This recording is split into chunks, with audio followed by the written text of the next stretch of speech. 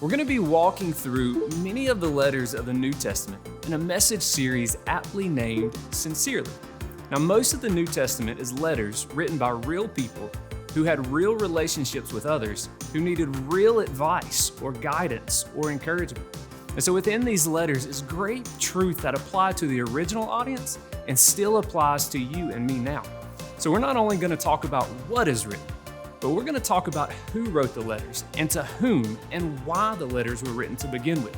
Because understanding the context gives us a clear picture of how the truths of these letters still apply to our lives today. So I want to start things off by giving you a little background info on the book of Philippians. Now we know that Philippians was written by the Apostle Paul while he was imprisoned in Rome. It's called Philippians because he was writing to the church in Philippi. Now this church had been up and running for about 10 to 12 years, and they sent Paul some gifts of encouragement and support. And this letter is his response. Think of it as a giant thank you note. But Paul does one better. He also encourages these believers and talks a lot about the idea of joy. In fact, there are 16 different times over 4 chapters that Paul mentions joy or rejoicing. And what a powerful challenge, especially from a man in prison. The book of Philippians is unique because it's one of the few New Testament writings not intended for instruction or correction.